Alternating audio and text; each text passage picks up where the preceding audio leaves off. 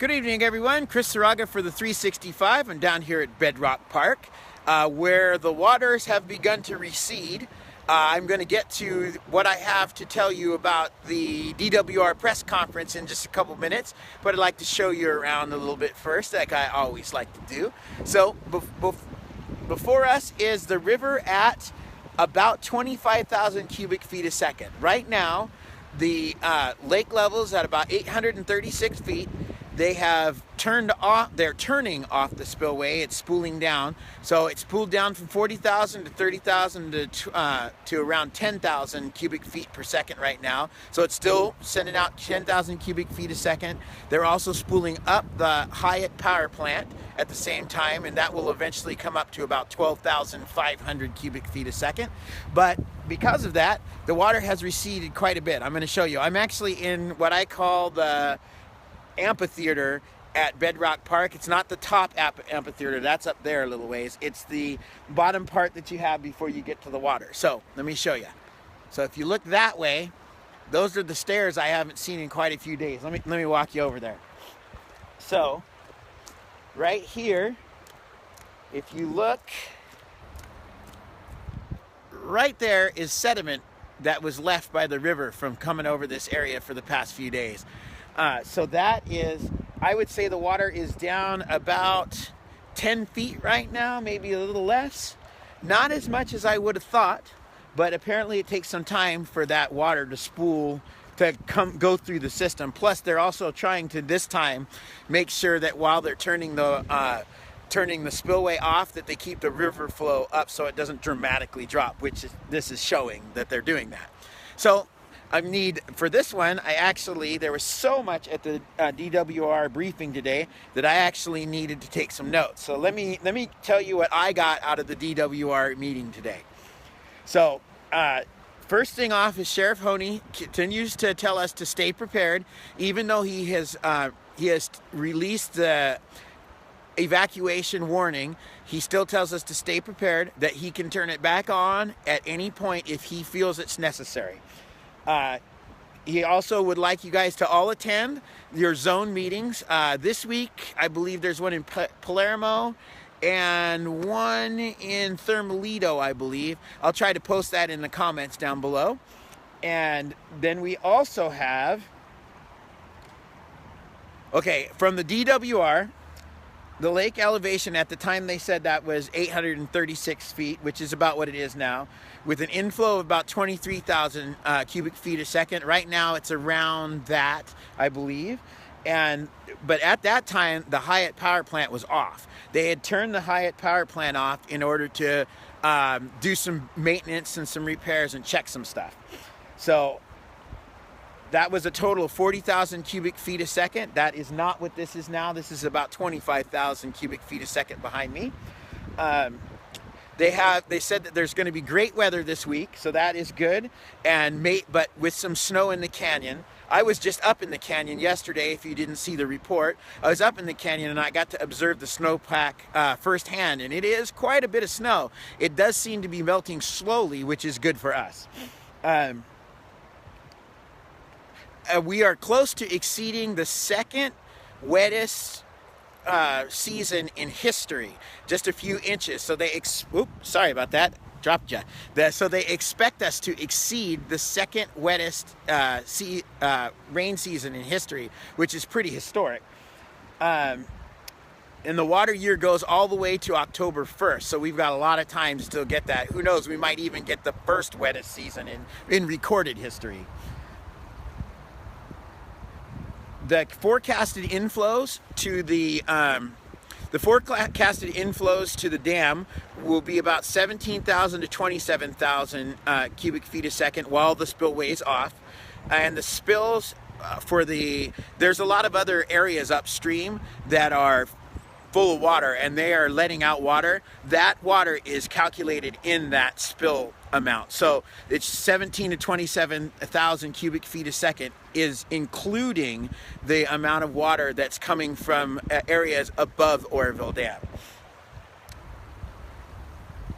The main spillway was turned on the 17th of March. We know that one. Started at 50,000 cubic feet a second, went down to 40,000 cubic feet a second.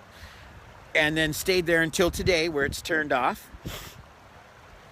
And they did that. They dropped it back to 40,000 cubic feet a second to minimize any possible flooding to the Hyatt power plant, which they did.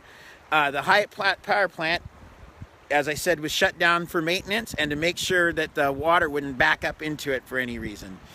Like I reported earlier, they're stepping the flow down from 40,000 cubic feet a second down to 0. It'd take about 6 hours. So we're just about at that time when they're getting ready to step it all the way down. And they plan on using the power plant all summer. So they have confidence that the Hyatt power plant has been refurbished enough to be able to be used all summer. It may turn on and off for periods of time as they judge water conditions and all that stuff here, but they do have plans to use that the whole time. There's a bunch of activities. Oh, I missed a couple things here. The power plant is expected to start up back to full operation, which is 2,900 cubic feet a second. They have 5 turbines up right now, and they're hoping that the total flow to the Feather River will be 13,000 cubic feet a second. That is the amount that they feel is necessary to keep it for downstream communities, for levee maintenance, for making sure that all the wildlife still have water, so all of us still have water. Now, once they have the spillway off, they have a whole bunch of work they're going to do. They're going to continue to dredge the spoil pile that's down below the spillway there. That spoil pile, they estimated about 1.7 million cubic feet of material, cubic yards of material, and that has been, they have gotten quite a bit of it out of there. They're going to continue that work now the spillway's turned off. They're going to rebuild all the access roads they need to continue to work on the main spillway. They're going to armor the base of the spillway even more, inspect the upper spillway, seal any and all joints that they find there, repair the remaining concrete that's there, and stabilize the slopes around the area so that they'll have a easier time accessing it to repair it, because this is all looking forward to repairing things. Lastly, they're going to access the geology around the area to make sure how to repair it, to make sure what they're placing the new or refurbished spillway back on, to make sure that it works. They did announce today that the emergency spillway work was complete, all the way complete. They were about one concrete truckload away from when they did this conference, the news conference they did earlier. So that's great news. That means that is armored as well as they think that they can do it. They don't estimate needing to use it again, but they did want to make sure it was available if they could. The DWR, excuse me there, I had a mosquito on my nose. The DWR has a plan to have a spillway in place by November 1st. They weren't sure if that spillway would be a new one, a temporary one, but they will have a working one by November 1st, they said. They also have been switching to recovery processes now. The contract to fix Burma Road has been awarded. That's great news. They're going to use that for more access for the heavy equipment. They're going to add fencing for public safety. In other words, they're going to fence it off so those of us who are intrepid don't go in there and get in trouble, accidentally get in the way of the construction. We don't want that for sure. And they're going to acquire a concrete batch plant, and that's in the looking forward to the future, because they know they'll need the concrete, and they just want to have one on site to make it instead of having to pay people to drive it all the way there. Canyon Drive has been rebuilt and has been built up to highway specs. Let me do a quick shout out to Darren Lacey. Hi there, Darren. He was the one who reported that the road had been finished up a little while ago, and they rebuilt it to highway specs because they anticipate heavy machinery coming through there for quite some time, at least obviously through November, while they repair the main spillway. Okay, then they switched it over to Fish and Game, which they had some really interesting facts that I had no idea about.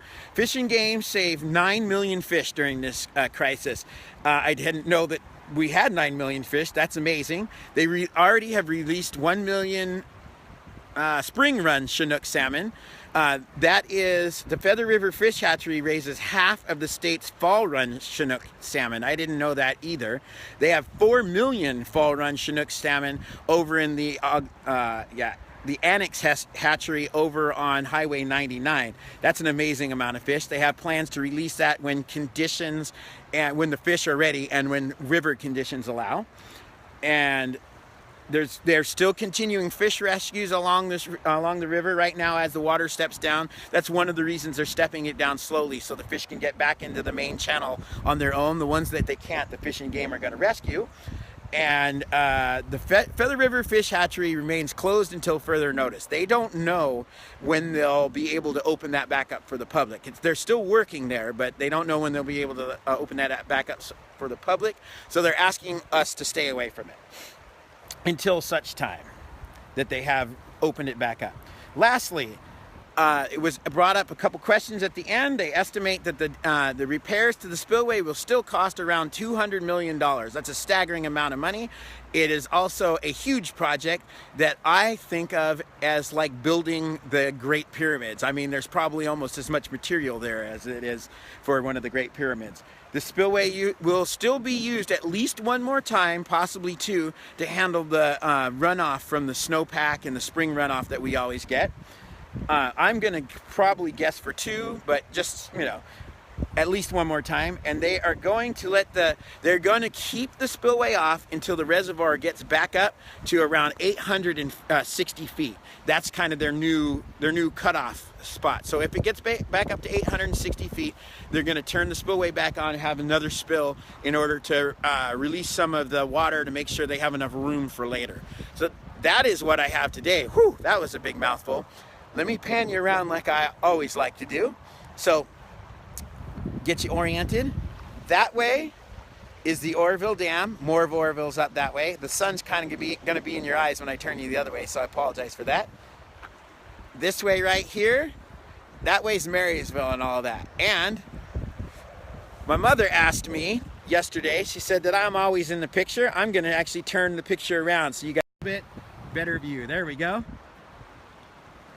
So that is the Feather River at Bedrock Park at about 2,500 cubic feet per second and falling.